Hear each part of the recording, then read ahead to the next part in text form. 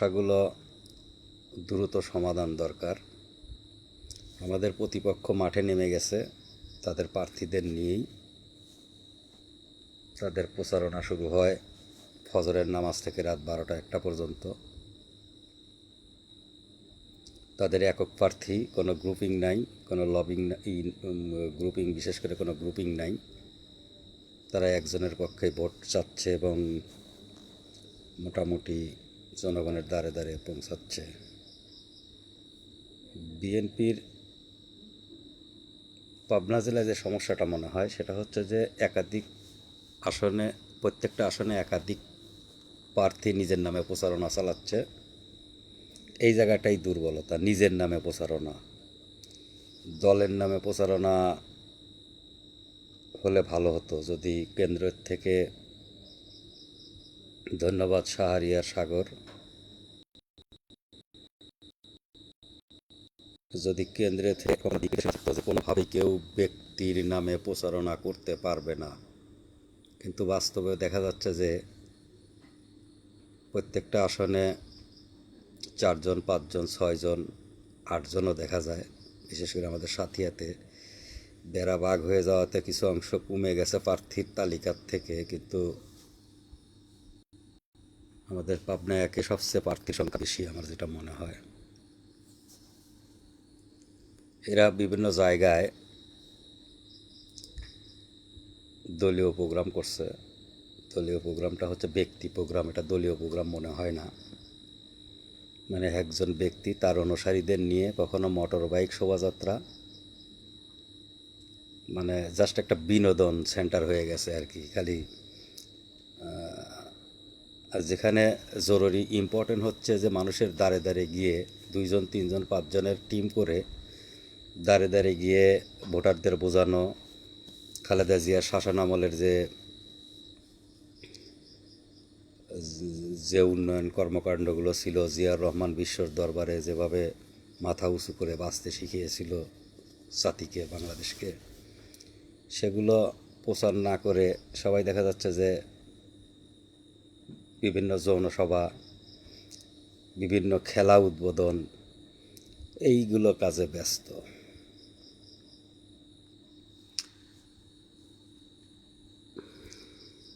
আসলে সবচেয়ে ইম্পর্ট্যান্ট হচ্ছে যে মানুষের দ্বারে দ্বারে যেতে হবে, ব্যক্তি পর্যায়ে, ব্যক্তি টু ব্যক্তি। বিএনপির পরবর্তী ভাবনা, পরবর্তী করণীয়, তারেক রহমান কর্তৃক 31 দফা কীভাবে বাস্তবায়ন হবে, জনগণকে আশার বাণী শোনানো। কিন্তু এখানে দেখা যাচ্ছে সব ব্যক্তির বাণী শোনানো হচ্ছে জনগণকে। আমাদের সাথিয়াতেই, ভাবনা একেই, প্রত্যেকটা ক্যান্ডিডেটের আলাদা আলাদা অনুসারী। একজনের অনুসারী আরেকজনের আরেকটা কর্মসূচি, আরেকজনের কর্মসূচিতে গেলে একজন মাইন্ড করে।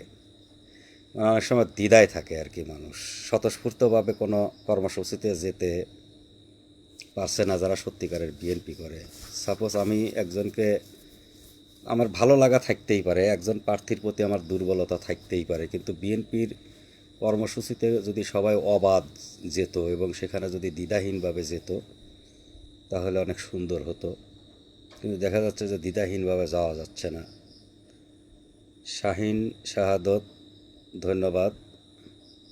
ওমর ফারুক, ছোটো ভাই ওমর ফারুক, ধন্যবাদ তোমাকে। তো এতগুলো ক্যান্ডিডেট যারা নিজের নামে প্রচারণা চালাচ্ছে, এদের ম্যানেজ করবে কেমনে? আমার সন্দেহটা এই জায়গাটাই। আপনার শত্রুতা, শত্রুতা মানে একে অপরে যখন প্রতিদ্বন্দ্বী হয়ে যায়, প্রতিদ্বন্দ্বী হতে হতে দেখা যাচ্ছে যে সাধারণ কর্মীদের মধ্যেও প্রতিদ্বন্দ্বী হয়ে গেছে যে আমি অমকের, আমি অমকের।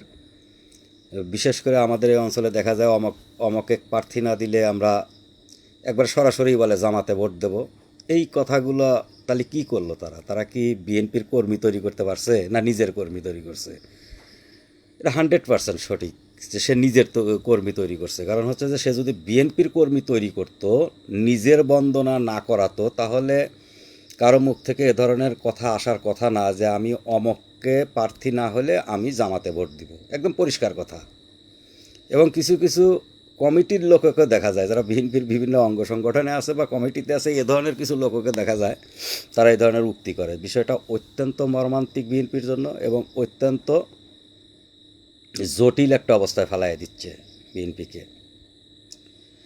এতগুলো ক্যান্ডিডেটকে ম্যানেজ করবে কেমনে? কারণ সবাই তার যার যার অবস্থান, তাদের সমর্থকগুলোও এখন একে অপরের, মানে আওয়ামী লীগ বিএনপি বা জামাত বিএনপি যেরকম একদল আর এক দল, মানে একটা মানে শত্রুতা ভাবাপন্ন বা প্রতিদ্বন্দ্বী, ঠিক এরকম হয়ে গেছে যে প্রত্যেকটা ক্যান্ডিডেটের সমর্থকগুলো এরকম প্রতিদ্বন্দ্বী হয়ে গেছে। আমি হয়তো একজনকে সাপোর্ট করি, আর একজন আমাকে বাঁকা চোখে দেখতেছে, আরেকজনকে সাপোর্ট করে আমি দিচ্ছি। কিন্তু অবস্থা এখান থেকে পূরণের পথ আগে বলে যে দিয়ে গেলে ঠিক হবে। আরে ভাই, ঠিক হবে না ভাই, বাস্তবতা খুব কঠিন। এটা কঠোর হাতে বলতে হবে। বিএনপিকে থেকে করতে হবে, কেউ কোনো ক্যান্ডিডেট নাম তার নিজের নামে প্রচারণা চালাতে পারবে না। যে ক্যান্ডিডেটের পাশে সারাদিন ধরে দিন সে দেখা যাচ্ছে তার সে তার অনুসারী, কিন্তু বিএনপির অনুসারী না। তার অনুসারী না হয়, যদি বিএনপির অনুসারী হয়তো কোনোদিনও বলতে পারতো না যে আমি অমককে ক্যান্ডিডেট না দিলে আমি জামাতে ভোট দিব। এটা বলার কোনো, বিএনপির অনুসারী বানাইতে পারলে এই কথাটা কখনোই আসতো না। কথাগুলো খুব ব্যাড সিগন্যাল দেয়। নেতাদেরও সতর্ক থাকতে হবে। আর অনেক সময় বলে যে হলে মানে মনোনয়ন দিলে সব ঠিক হয়ে যাবে। হবে না, মনোনয়ন দিলে ঠিক হবে না, জটিলতা অনেক বাড়বে। কেউ স্বতঃস্ফূর্তভাবে একজনকে মনোনয়ন দিলে আমি ড্যাম শিওর অন্য অন্য ক্যান্ডিডেট যারা আছে তারা কেউই মাঠে, হয়তো ওই বড় ধরনের জনসভায় একদিন আসবে, একটা বক্তব্য দেবে, তাই, কিন্তু তৃণমূল পর্যায়ে মাঠে কেউই কাজ করবে না। এটা লিখে রাখতে পারেন, বিএনপির বড় বড় কর্মকর্তা বা বড় বড় নেতা এটা লিখে রাখতে পারেন। হ্যাঁ, সমাধানের পথ এখনও আছে। সমাধানের পথ হচ্ছে অতি দ্রুত সমস্ত নেতা, প্রত্যেকটা নির্বাচনে আসনে আছে, সমস্ত নেতাকে এক টেবিলে এক প্রোগ্রামে থাকতে হবে। তারা ঝটিকাভাবে এই মোটরসাইকেল শোভাযাত্রা বা পিকনিকের মতো এসব প্রোগ্রাম করে আর লাভ নেই। তাদেরকে প্রত্যেকটা বাজারে বাজারে পথসভা করতে হবে, প্রত্যেকটা গ্রামে গ্রামে উঠোন বৈঠক করতে হবে এবং একসঙ্গে দাঁড়ায়া তাদের অনুসারীরাও একসঙ্গে থাকবে, তাদের মানে তার নেতারাও একসঙ্গে থাকবে। এইটা না করতে পারলে খুবই খারাপ আছে, সামনে খুবই খারাপ, যেটা কল্পনাও করতে পারতেছে না। এটা শুধু সাথিয়া না, পাবনার বিভিন্ন জায়গায় দেখা যাচ্ছে। আমি সেদিন দেখলাম ফরিদপুরে ওই অন্য এক জায়গার থেকে ফরিদপুর চাটমোহর ভাঙুরে আরেকজন ক্যান্ডিডেটকে সম্ভবত সিগন্যাল দেওয়া হয়েছে, উনি ওখানে যা প্রচারণা চালাচ্ছে এবং ওখানকার পুরনো একজন আছে।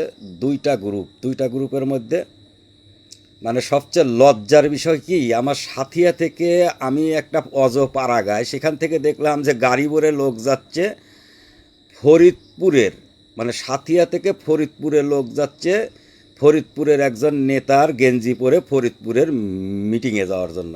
বিএনপি কি এত দেউলিয়া হয়ে গেছে যে সাথিয়া থেকে লোক নিয়ে ফরিদপুরে দেখানো হবে? তার মানে এই যে গ্রুপিংটা, ফরিদপুর হচ্ছে বিএনপির জন্য একটা চারণভূমি, বাংলাদেশের চারণভূমি যে কয়টা আছে তার মধ্যে ফরিদপুর, চাটমোহর, ভাঙুরা।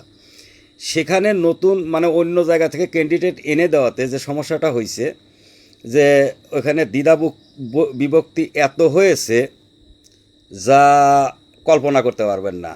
মানে আমার বাজার থেকে পারগোপালপুর থেকে যখন মানে ওই নসিমন করিম গাড়ি ভরে যখন গেঞ্জি পরে সাথিয়ার লোক নিয়ে যা ফরিদপুরে সেই ক্যান্ডিডেটের প্রোগ্রামে নিয়ে যাওয়া হয়, এটা বিএনপির জন্য লজ্জার ছাড়া কিছুই না। মানুষ হাসছে, মানুষ হাসে। এটা বিএনপি কি এতই দুর্বল? ফরিদপুর, চাটমোহর, ভাঙুরাতে বিএনপি এতই দুর্বল যে সেখানে নেতাকর্মী নাই?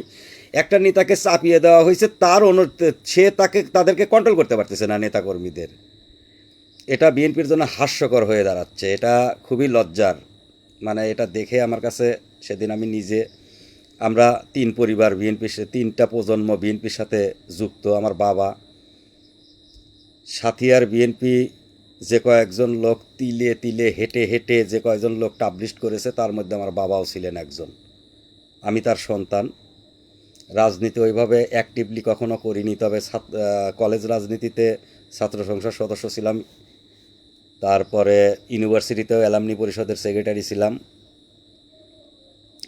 কিন্তু এইগুলো দেখে খুব লজ্জা হয়। ধন্যবাদ আবু হানিফ ভাই সাথে থাকার জন্য। ইমরান খান ছোট ভাই, ভালো, ধন্যবাদ তোমাকে। তো পাবনা সদরে যখন মাঝে মাঝে কাজ করতে যাই, ওখানকার সিগন্যালগুলো ভালো না, একাধিক ক্যান্ডিডেট, কেউ কারোর সাথে, অনেক সময় কেউ কারোর সাথে মুখও দেখতেছে না, মুখ দেখা দেখি নাই। শুধুমাত্র সুজানগরটা মনে হয় যে ওটা শান্ত আছে। আমার কাছে যতটুকু মনে হয় যে সুজানগর ছাড়া বাদ বাকি কোনো জায়গায় দেউলিয়াপনা ছাড়া ঈশ্বরদীর অবস্থা, জাকারিয়া পিন্টু আর হাবিব ভাই আছেন ওখানে, দুইজনই বড় মাপের মানুষ। জনপ্রিয়তা কার কত বেশি সেটা পরিমাপ করা যাবে হচ্ছে নির্বাচনে, বা দলই করবে। কিন্তু সত্যিকারের ক্যান্ডিডেটকে যদি বাছাই না করে এভাবে যদি এই যে প্রতিযোগিতা, মানে ঘিন্ন প্রতিযোগিতা, মানে দলের লোকজনকে না চেনা, এখন কিছু কিছু এমনই এমপি ক্যান্ডিডেট মানে বিভিন্ন আসনে আছে, তারা আসলে সত্যিকারের, আজ থেকে 10 বছর আগে কারা বিএনপি করবে তাদের নামই জানে না। ছাত্র দলের সভাপতি কে ছিল জিজ্ঞাসা করতে বলেন, এই আমাদের সাথিয়া পাবনায় একেই জিজ্ঞাসা করতে পারেন যে আজ থেকে 15 বছর ছাত্র দলের তার পাশ দিয়ে যাচ্ছে না আসলে। আমার চোখের সামনে একজন ছাত্র সভাপতি, একজন ক্যান্ডিডেট উত্তরণী, একজন ছাত্র দলের আমাদের ইউনিয়নের সভাপতি। ঠিক আছে, এই হলো বাস্তবতা যে কাদেরকে চিনতেছে, মানে তাকে যারা মানে তাকে যারা তাকে আওয়ামী লীগ অথবা বিএনপি অনেক কিছু দেখেছি আমি। করে আওয়ামী লীগের টুকু মানে শামসুল হক টুকুর মিছিলে মানে নির্বাচনের এজেন্ট ছিল। কারা শামসুল হক টুকুর ভাই এই যে টুটুলের নির্বাচনের এজেন্ট ছিল, নির্বাচনে টাকা পয়সা লেনদেন করছে, তারা এখন বিএনপির দেখা যাচ্ছে যে বড় বড় নেতার খুব কাছের লোক। অথচ একজন সাবেক ছাত্র দলের সভাপতি সালাম দিলে মানে উত্তর নিচ্ছে না, বা অন্যমনস্ক, মানে ভাব নিচ্ছে যে অনেক বড় নেতা। আরে ভাই, তোমাকে এমপি মন্ত্রী কে বানাবে?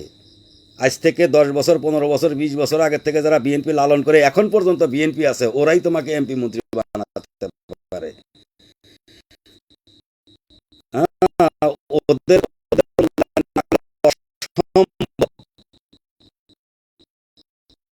কি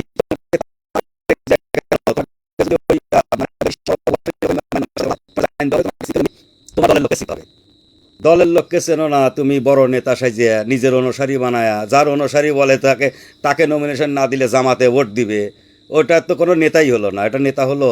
সে তো কর্মী তৈরি করতে পারে নাই, বিএনপির কর্মী তৈরি করতে পারে নাই।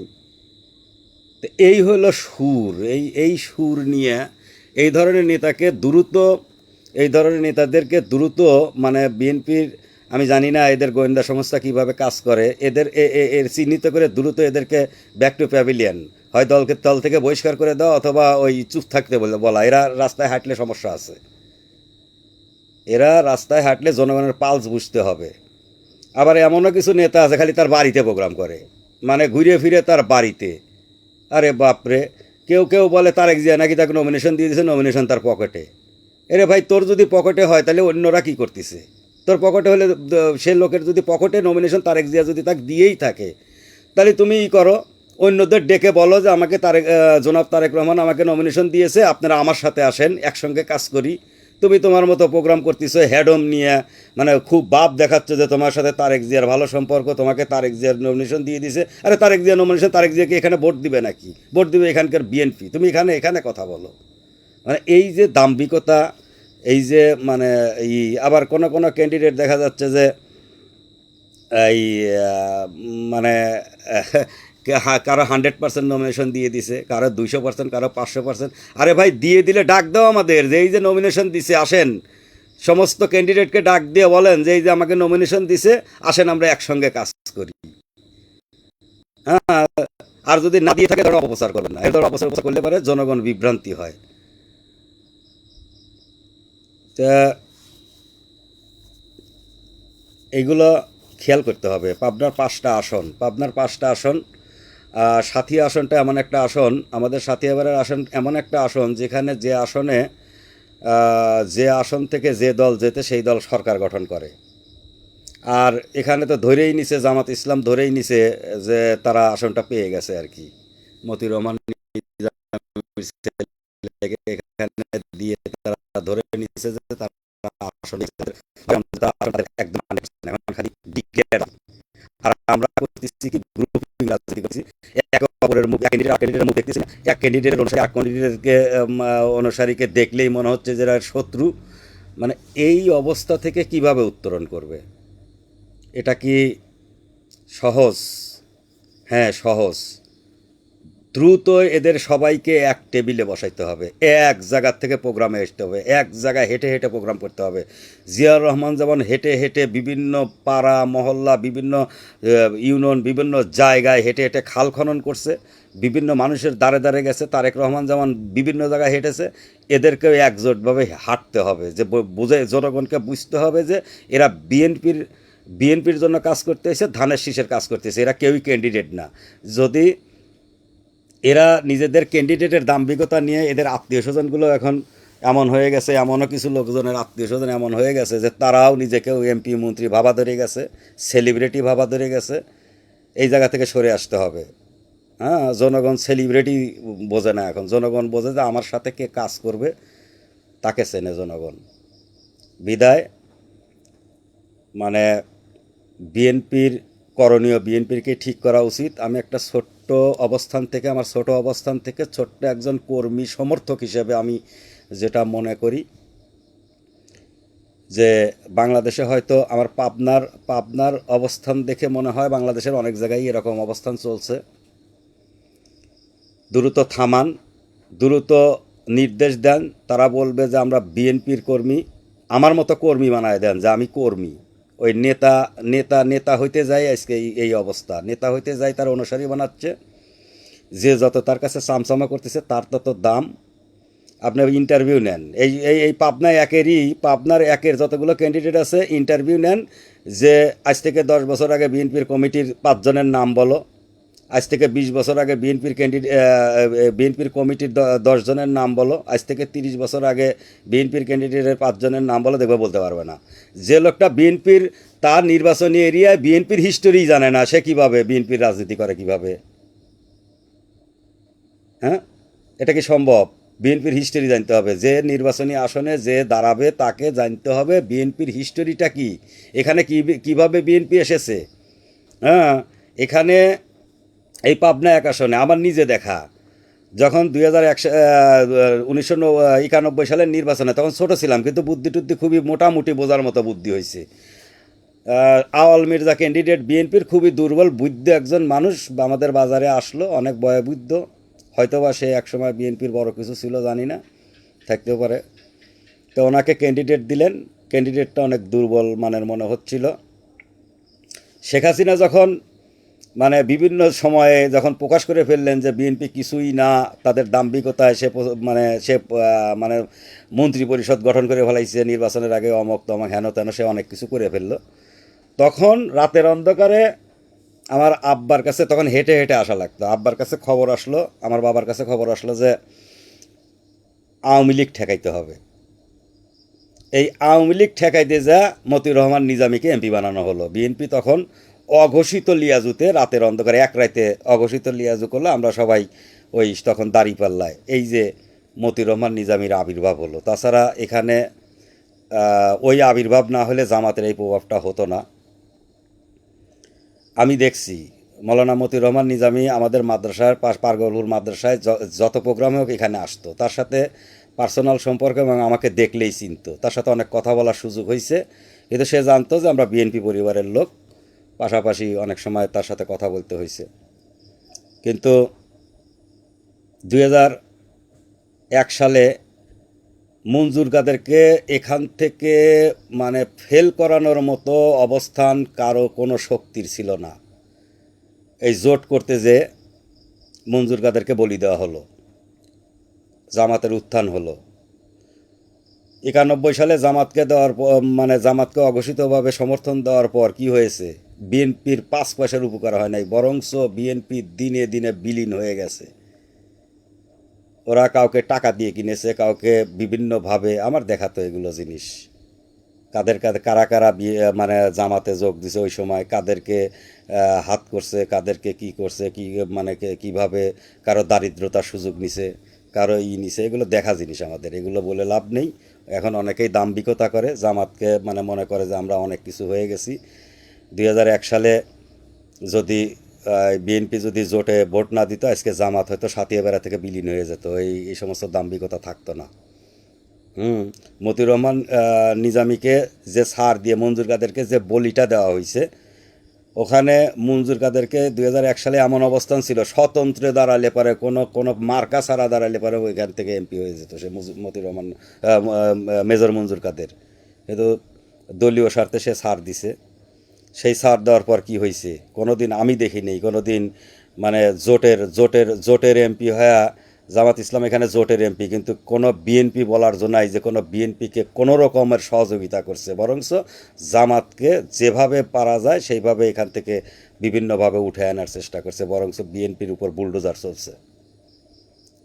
এবং বিএনপি ক্ষমতায় আমলেও ধুলাউড়ির রাজ্জাক স্যার, আমার স্যার ছিলেন উনি, উনি বিএনপির সাথিয়ার যারা ফাউন্ডার যে কয়েকজন বিএনপি আছে তার মধ্যে সে একজন। রাজ্জাক স্যারকে ওই জোট সরকারের আমলে রাজ্জাক স্যারকে জেল কাটতে হয়েছে এই জামাতের রোষানলে পড়ে। তো এগুলো অনেকেই অনেক হিস্টোরি বলে, অনেক কিছু বলে। আসলে এখানে এই সিটটা, ওই রাতের অন্ধকারের খবরটা যদি না আসতো, ওই 91 সালে নিজামী এখান থেকে এমপি হতে পারে না, অসম্ভব ছিল। আর 2001 সালে মানে বিএনপি এই ছাড়টা না দিলে আমি সারা বাংলাদেশ ঘুরতাম। 2001 সালের ওই সময় আমি চাকরি করার সুবাদে সারা বাংলাদেশে ঘুরতাম, আমি কিন্তু জোটের পক্ষে ছিলাম না। কারণ ওই সময় বিএনপির ক্যাপাবিলিটি ছিল নিজেই সরকার গঠন করা বা টু থার্ড মেজরিটি পাওয়া।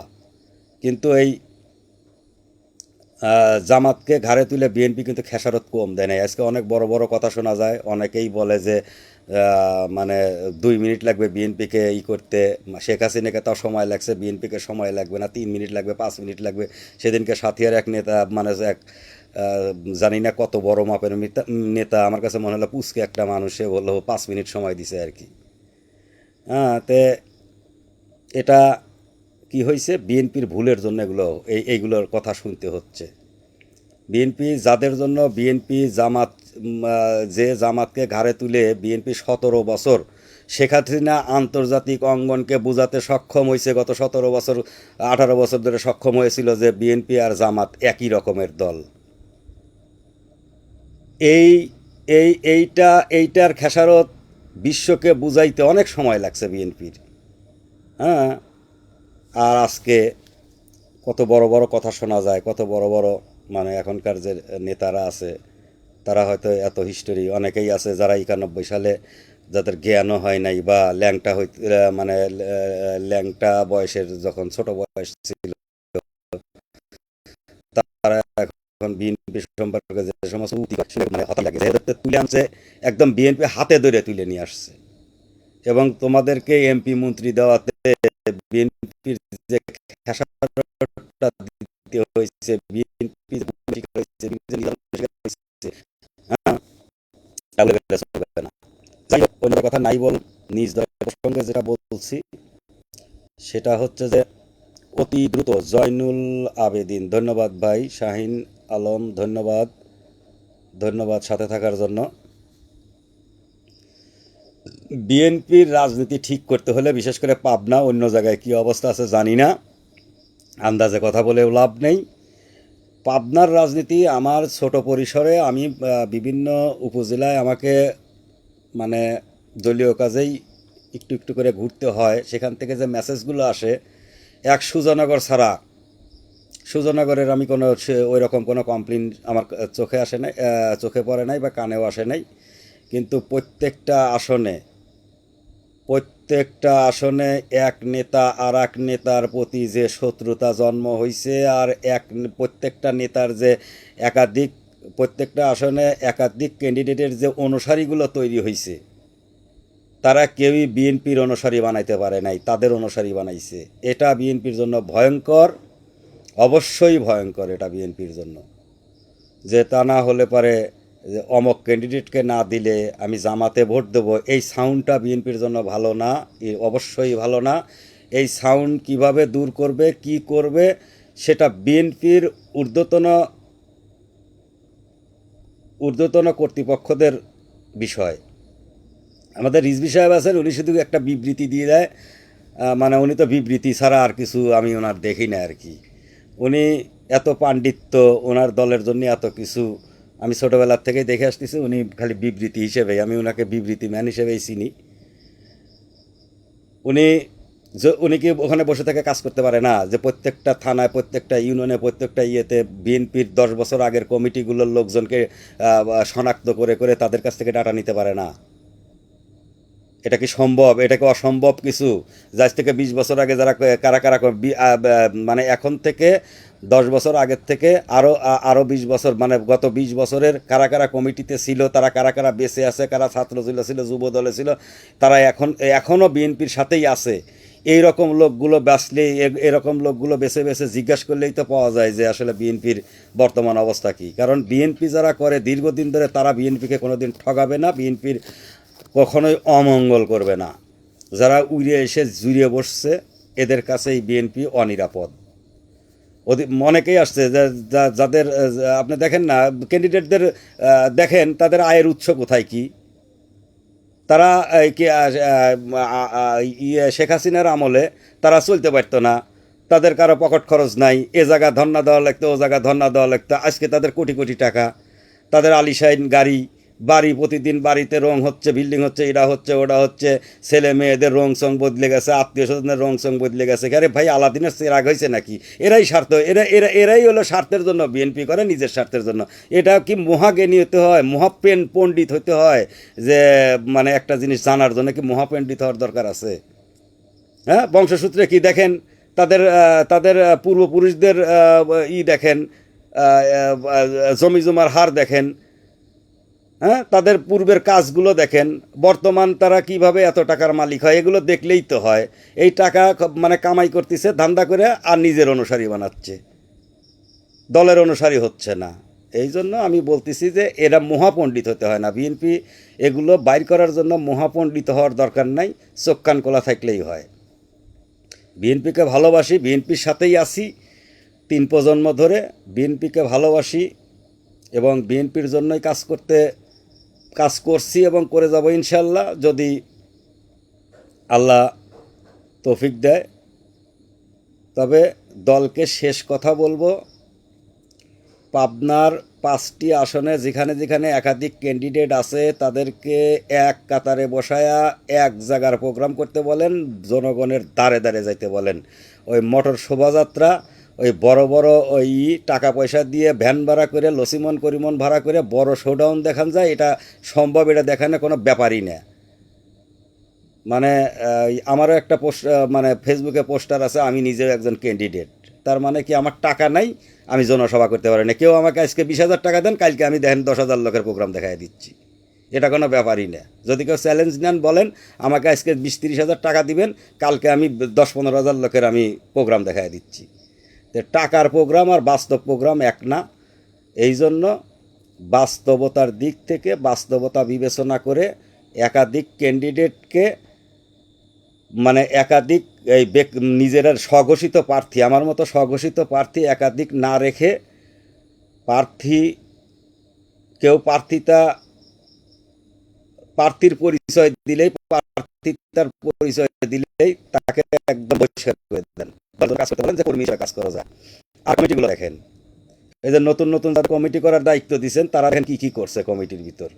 কেউ আওয়ামী লীগ দিয়ে বসিছে, কেউ নিজের চামচা দিয়ে বসছে। তা না হলে পরে কমিটির লোক কোনোদিন বলে যে আমার অমকে অমকে নমিনেশন না পেতে। আরে ভাই, এমন কি কেমন লোকে তুমি নমিনেশন দিলে, কমিটিতে রাখলে যে বলে যে আমি অমক ক্যান্ডিডেট না হলে জামাতে দেবো? তুমি তোমার অনুসারী বানাইলে? বিএনপি তোমার বাপের সম্পদ? বিএনপি কি তোমার বাপের সম্পদ? তুমি বিএনপির অনুসারী না হয় তুমি তোমার অনুসারী বানাইলে? রেজাউল করিম রতন ভাই, আমাদের প্রতিবাদী রেজাউল করিম রতন ভাই, এই যে রতন ভাই, এই যে রতন ভাই আসছে লাইনে, প্রয়াত আবুল কাশেম বিশ্বাস, আমাদের প্রাক্তন চেয়ারম্যান, তার সন্তান। মানে ছাত্র দলের প্রথম দোপাদা ইউনিয়নের ছাত্র দলে যারা আমরা এই যে পারগোপালপুর নারিয়াগোদা হাই স্কুলের যে কমিটিগুলো ছিল তার মধ্যে যে রিজাউল করিম রতন ভাই একজন, আমি একজন, বা আরও দুই একজন এরকম আছে আর কি। কিন্তু এই লোকটার এর অবস্থান কি? কোনোদিন সম্মান পাইছে? এই যে রতন ভাইকে বলবো, কোনোদিন সম্মান পাইছে? এখন যারা বর্তমান ক্যান্ডিডেট, অনেক ক্যান্ডিডেট আছে নিজেকে ক্যান্ডিডেট বলতেছে যে বিএনপির আগামী দিনের ক্যান্ডিডেট আমি, তারা একে ডেকে কথা বলছে, এদের সাথে মত বিনিময় করে, এদেরকে চেনেই না অনেকে। আর একজন আছে আমার বন্ধু আতাউল করিম স্বামী, ও দোবাদা ইউনিয়নের ছাত্রদলের প্রেসিডেন্ট ছিল, তাকে চেনে না, অনেকেই তাকে চেনে না, অথচ তারা মানে বলতেছে যে আমরা সে নাকি সাতিয়া বেড়া পাবনা একের মনোনয়ন প্রত্যাশী। আরে ভাই, তুমি তো নেতা কর্মীই চেনো না, তুমি তো বিএনপির লোকই চেনো না, তুমি বিএনপির কেমনে তুমি হও মনোনয়ন প্রত্যাশী হও? আগে কর্মী চেনো, বিএনপি ফাউন্ডারদের চেনো, সাথিয়া বিএনপির যারা ফাউন্ডার আছে তাদেরকে চেনো, তারপরে তুমি ভোটের মাঠে আসো। হ্যাঁ, তারেক জিয়া নিয়ে এই দলকে, জনাব তারেক রহমান বা দলকে ভুল বোঝায় মনোনয়ন আনলে আর তুমি এমপি হয়ে গেলা, তোমাকে ধেই দেই করে মানুষ ভোট দিয়ে দিল, এই দিন মনে হয় শেষ হয়ে গেছে। ঠিক আছে, তো সর্বোপরি আমি সবাইকে বলবো, যারা বিএনপি করেন ভাই, যার যার অবস্থান থেকে জনগণের কাছে যান। আমি চেষ্টা করি, প্রতিদিনই চেষ্টা করি দু একজনের কাছে, মানুষের কাছে বলার বিএনপি সম্পর্কে। তো আপনারা যার যার মতো, যারা ভালোবেসে দল করেন, শহীদ প্রেসিডেন্ট জিয়াউর রহমানের আদর্শ অনুসরণ করে যারা দল করেন, তারা ওই কোন নেতা কী করলো এগুলো ভাবার না ভেবে দলের জন্য কাজ করেন, নিজের অবস্থান থেকে যতটুকু করা সম্ভব করেন। তবে দৃঢ় বিশ্বাস আমার যে জনাব তারেক রহমান সাথিয়া পাবনা একে এমন একজনকে প্রার্থী দিবেন যিনি সত্যিকারের বিএনপি, যে একদম মেঠো পথ থেকে বিএনপিকে লালন করে আসছে, উড়িয়ে এসে জুড়িয়ে বসে নাই, মেঠো পথ থেকে বিএনপির সাথে জড়িত, তার দীর্ঘদিনের বিএনপির সাথে পথ চলা আছে, ছাত্র জীবন থেকে পথ চলা আছে, এরকম কোনো ক্যান্ডিডেটকেই দিবে। হঠাৎ করে একজন এসে বলল যে হ্যাঁ আমার মনোনয়ন পকেটে, অমকের মনোনয়ন, এটা বিশ্বাস করার কোনো দরকার নাই, কারণ বিএনপি এই ভুলটা করবে না, আমি যেটা জানি। সামনের নির্বাচন অনেক কঠিন হবে। ঢাকা ইউনিভার্সিটিতে যে জটিলতা, যে কূটকৌশল করা হয়েছে, সামনের নির্বাচনেও এরকম কূটকৌশল হওয়ার সম্ভাবনা আছে, যেটা বোঝা যায়। আজকে দেখলাম যে ইসলামী ব্যাংকের 10,000 কর্মকর্তা চাইছে। ইসলামী ব্যাংকের 10,000 কর্মকর্তা মানেই ওটার জামাত শিবির, ওখানে কোনো নিরপেক্ষ লোক নাই। কেউ যদি বলতে পারে যে ইসলামী ব্যাংকে কোনো নিরপেক্ষ লোক আছে, এটা বিশ্বাস করব না, কারণ এটা পুরাটাই জামাত শিবিরের বাইরে যারা ছিল তাদেরকে কয়েকদিন আগে সাসপেন্ড করা হয়েছে, বিভিন্নভাবে বহিষ্কার করা হয়েছে, ওএসডি করা হয়েছে, এটা ক্লিয়ার। তো সেখানকার 10,000 লোক দিবে নির্বাচন কর্মকর্তা হিসেবে। তো সামনের দিনগুলো ভালো না, অনেক জটিলতা সামনে আছে। এই জটিলতাগুলো ওভারকাম করেই আমাদের রাজনীতি করতে হবে। নির্বাচনের জটিল হিসাবে পড়তে পারে বিএনপিকে। বিএনপি বুঝতেও পারতেছে না যে বিএনপিকে মানে কিভাবে বিএনপির উপর ষড়যন্ত্র চাপায় দেওয়া হচ্ছে। এটা বিএনপি জানি না বোঝে কি না, তবে আমি আমার স্বল্প জ্ঞানে আমি বুঝি শেখ হাসিনার মতো আরেকটা নির্বাচন হয়তো হতেও পারে, কারণ আলামত ভালো মনে হচ্ছে না। মানে শেখ হাসিনার মতো একটা নির্বাচন দিয়ে হয়তো কোনো একটা দলকে কোনো রকম বুঝায় দিয়ে এরকমও হতে পারে, এটা মাথায় রাখতে হবে। কারণ আমার কাছে ওই রকমই মনে হয়, আমার স্বল্প জ্ঞানে। আমি জানি না, আমার জ্ঞানের স্বল্পতা থাকতে পারে, কিন্তু আমার কাছে ওই রকমই মনে হয়।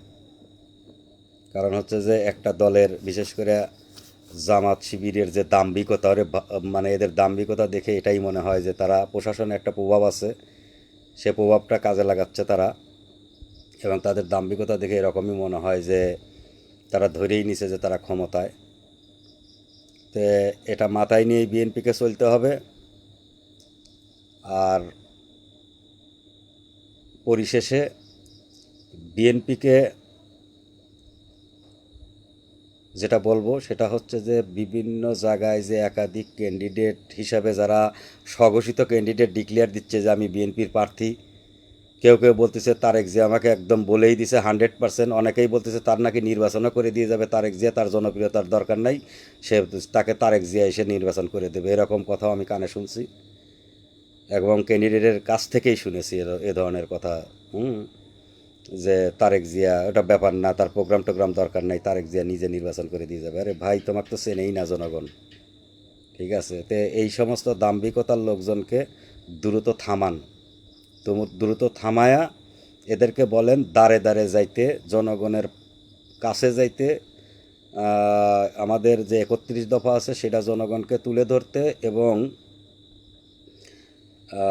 সর্বোপরি একাধিক ক্যান্ডিডেটকে নির্বাচন কার্যক্রম থেকে বন্ধ রাখেন, প্রচারণা থেকে বন্ধ রাখেন, এই সাধারণ কর্মীদের একটা টিম করে করে প্রচারণা চালান, অথবা তাদেরকে এক কাতারে বসান।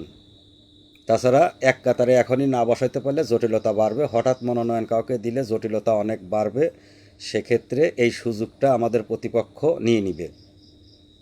তাদের টাকার অভাব নাই, তারা এই সুযোগটা নিয়ে নিবে। সেই জন্য আবারও বলছি, আমাদের পাবনায় যারা একাধিক ক্যান্ডিডেট হিসেবে দাবি করতেছে বিভিন্ন আসনে, জনাব তারেক রহমানকে বলবো এটা থামান। ক্যান্ডিডেট না, ওদেরকে কর্মী হইতে বলেন। হ্যাঁ, এটা থামান। এটা না থামাইলে রাজনৈতিক ভবিষ্যৎ আমার কাছে সুখকর মনে হচ্ছে না। তো সবাই ভালো থাকবেন। আসসালামু আলাইকুম।